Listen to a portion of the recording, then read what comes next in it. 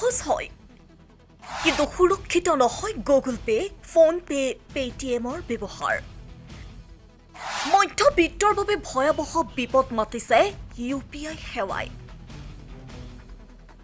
বিত্ত প্ৰযুক্তিৰ এক অন্যতম সৃষ্টি হৈছে ইউনিফাইড পেমেণ্ট ইণ্টাৰফেচ অৰ্থাৎ UPI সেৱা। UPI ভাৰত চৰকাৰৰ NPCI দ্বাৰা উন্নীত কৰা এক ৰিয়েল টাইম পেমেণ্ট চিষ্টেম।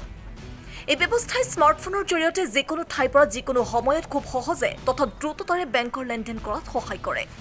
নগদবিহীন লেনদেনৰ বাবে ভাৰতে গ্ৰহণ কৰা প্ৰথম পদক্ষেপ হৈছে UPI। এই সেৱা আৰম্ভ হৈছিল 2016 চনত। তেতিয়াৰ পৰাই বৰ্তমানলৈ Google pay, PhonePe, Paytm, BHIM, Amazon pay আদিৰ দৰে বহু এপে UPIৰ জৰিয়তে লেনদেনৰ সেৱা আগবঢ়াই আহিছে। UPI এক অতি আধুনিক সেৱা আৰু ইয়াৰ ব্যৱহাৰ অতি সহজ। সেয়ে হয়তো অধিকাংশ লোকে তামোল পাণ বা চাহ একাপ খাওঁতেও খৰচ হোৱা 5-10 টকা দোকানত দিবলৈ UPI ব্যৱহাৰ কৰে। কিন্তু UPIৰ অসুবিধাও অজস্ৰ আছে। একাংশ লোকৰ বাবে এই সেৱা অযথা ধন ব্যয় কৰাৰ এক মাধ্যম হৈ পৰিছে। এক কথাত ক'বলৈ গ'লে UPIয়ে মধ্যবিত্ত শ্ৰেণীটোৰ মূৰত মাথমাৰ উঠাইছে।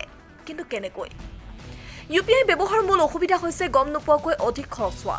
হয়, এই সেৱা উপভোগ কৰাটো ইমানেই সহজ যে ইয়াক ঘনে ঘনে ব্যৱহাৰ কৰা হয়, যাৰ ফলত ব্যয়ৰ হিচাপ নাথাকে আৰু কেতিয়া বেংকৰ টকা শেষ হয় সেয়া গৰাকীয়ে গম নাপায়। ইয়াৰ বিপৰীতে এই ক্ষেত্ৰত যদি নগদ টকা ব্যৱহাৰ কৰা হয় তেতিয়া গৰাকীৰ টকা খৰচ কৰোঁতে হাতত কিমান টকা থাকে তাৰ হিচাপ থাকে আৰু সেই অনুপাতে তেওঁ মিতব্যয়ী হৈ পৰে।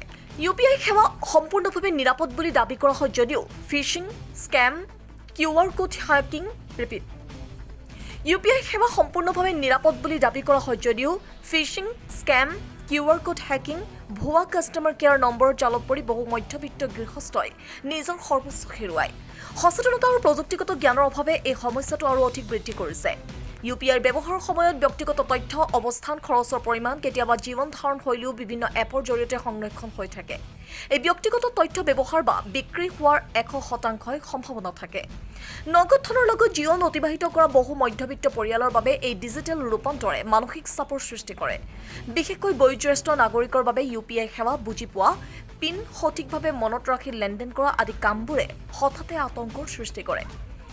UPIৰ লেনদেনৰ বাবে পিন ব্যৱহাৰ কৰা হয়, সেয়েহে নম্বৰৰ ক্ষেত্ৰত গোপনীয়তা ৰক্ষা কৰাৰ এক গুৰু দায়িত্ব গৰাকীৰ থাকে। যদি আন ব্যক্তিয়ে এই পিন জানে তেন্তে সহজে একাউণ্টৰ অপব্যৱহাৰ হ'ব পাৰে।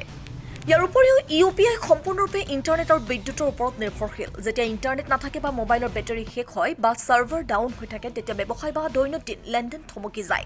এনে পৰিস্থিতিত মধ্যবিত্ত শ্ৰেণীটো আটাইতকৈ বেছি প্ৰভাৱিত হয়। এই অসুবিধাসমূহৰ বাবে ভাৰতৰ কিছুমান স্মাৰ্ট চহৰত ইতিমধ্যে সৰু সৰু বজাৰ সমাৰ কৰোঁতে UPIৰ ব্যৱহাৰ নিষিদ্ধ কৰা হৈছে। এই ক্ষেত্ৰত আমাৰ চৰকাৰ প্ৰশাসনে পদক্ষেপ লোৱাটো খুব দৰকাৰী হৈ পৰিছে।